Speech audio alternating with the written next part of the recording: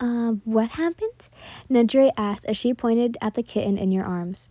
I don't know. I was just getting supper done and I heard some commotion and found Ari like this. You looked down. She was a gray little kitty with a horn on her head. Maybe it was me? You wondered. She meowed and looked up at the two of you. You walked over to the couch and placed her down. I'm sorry, Ari, if it was. I'll do everything to get you back to normal, okay? You patted her head. She meowed as she laid her head in your hand. You went to go grab your laptop, and then you sat next to her, typing away. Nejire watched, her hand on her cheek. I'll go see what I can do with the others. She opened the door and left the two of you there.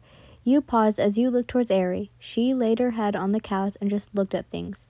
I understand if you see things I do, you asked as you patted her head. Want to watch something till she gets back? She moved her head and looked at you. I'm taking that as a yes. You turned on the TV, something that she could watch. All right, I'll be back. I'm going to make you supper. You stood and walked away to the kitchen. She watched and then moved around the house. God, I hope she doesn't get stuck anywhere, you thought as you shook your head.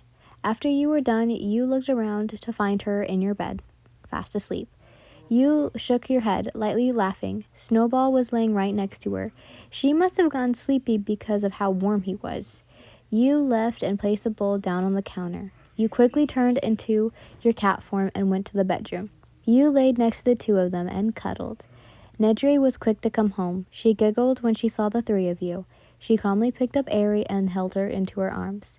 She looked at the sleeping face and placed a nose kiss. And a cloud of smoke went through the room. Now, her holding her normal body, her eyes blinked as she held a sleeping Ari. Thankfully, she was fully clothed. She smiled and brought her into a normal hold. Putting her in the bed, she smiled. Good night, sweeties. She giggled, her hand by her mouth.